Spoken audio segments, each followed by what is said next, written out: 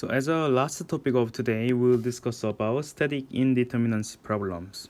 Yeah, even though I told a fancy word, it's the kind of problems that can't be solved by statics or freshman physics.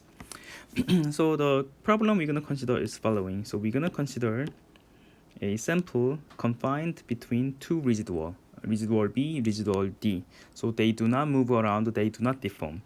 Now you have confined deformable sample between wall B and wall D, and interestingly, we are applying external force F at some point of this sample. Okay, so here the problem asks these following questions. The problem asks reactions at B and D, reactions at B and D, and displacement at C. And because this is deformable body, when somebody give a force, it'll the C point will move along this F, right? And what is the maximum stress magnitude? Okay, so these are the answers that we have to make. But let's try to see if we can answer, problem A and problem B and problem C only by freshman physics knowledge. Okay, so as we have done in previous video, we can make an imaginary cut here. Whether you make an imaginary cut here, cut here, cut here, whether you make a cut anywhere between B and C, you're gonna have same reaction force. Okay, so we're gonna have N1 here, and we're gonna have like a N1. This is action reaction principle, and because we have N1 here and F here, the reaction at D point will be different as N2. But the problem is, the problem gave us force, Young's modulus, and length L1, L2, and diameter, so that we have all information about length and cross-section area and material property and external force. However, the problem is we have two unknown, N1 and N2, right? This is one unknown, this is two unknown, but the mechanical equilibrium equation we can get out of this force equilibrium is just one. Okay, so we have a mechanical equilibrium condition for x-axis, but somehow, even though we have just one equation, we have two unknowns, N1 and N2. Okay, so if we are just freshman physics guy and freshman in KAIST, we cannot solve this problem. Yeah, this is the problem. So how to get another equation? The way to get another equation is to consider that this is deformable body. Okay, so what you can see here is by intuition, the zone BC, within BC area, you can see that this BC will be under tension, so you're gonna have some sort of a positive displacement, right?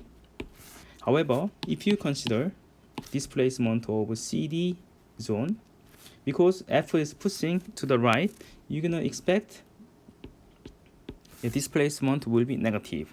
Okay, and what will be the sum of the delta 1 and delta 2? Because this sample is confined between two residual, delta 1 plus delta 2, one is positive, the other is negative, must to be summed up to be 0. Okay, so that's the knowledge that we can use on the deformable body. Okay, so let's go back to the previous the page 8.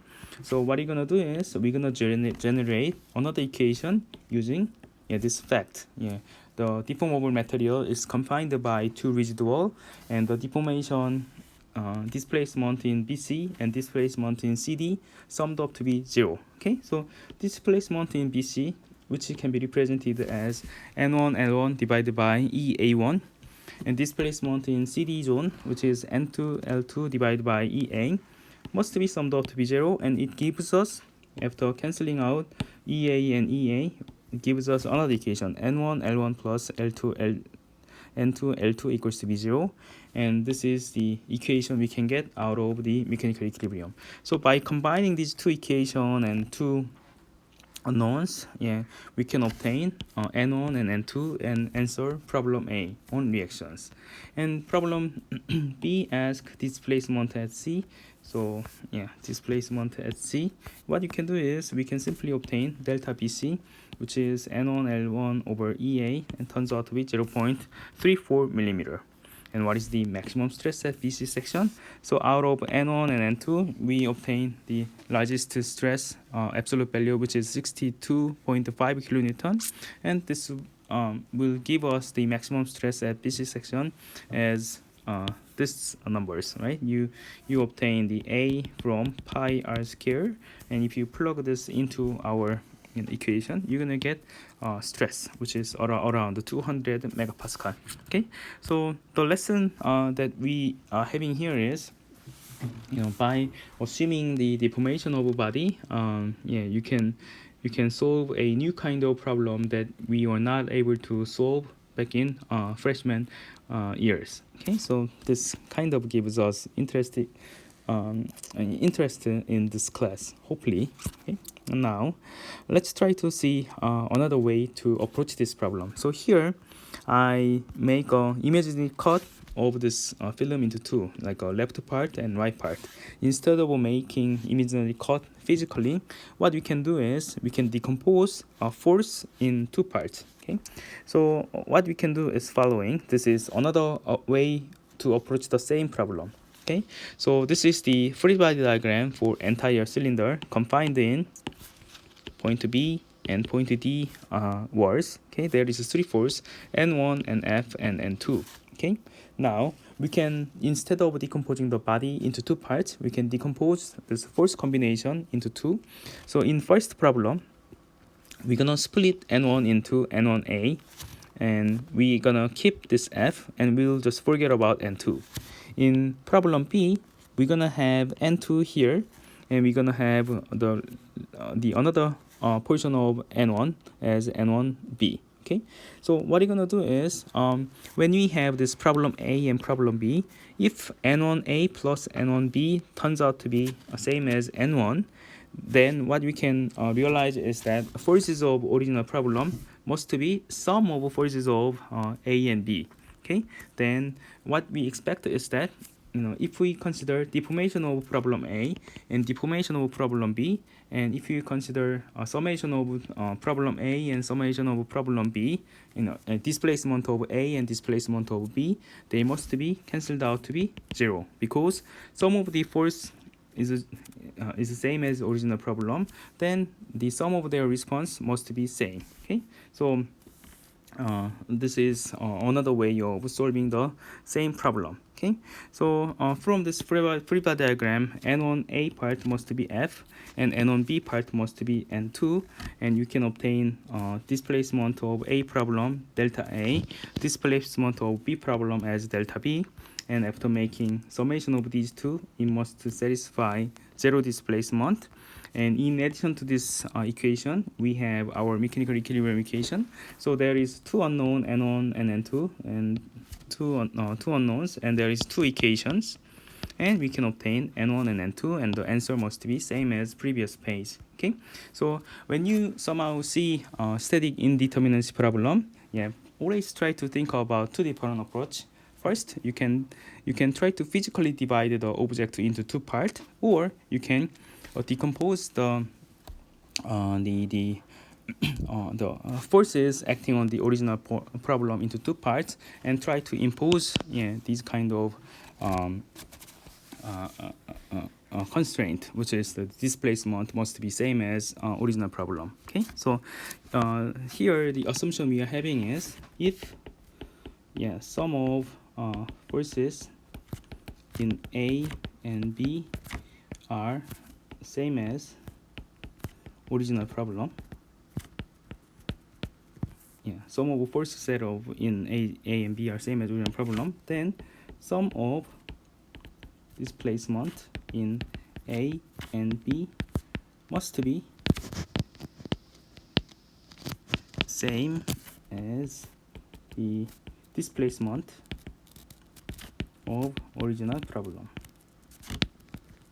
Okay, so, and this is called superposition principle. Okay.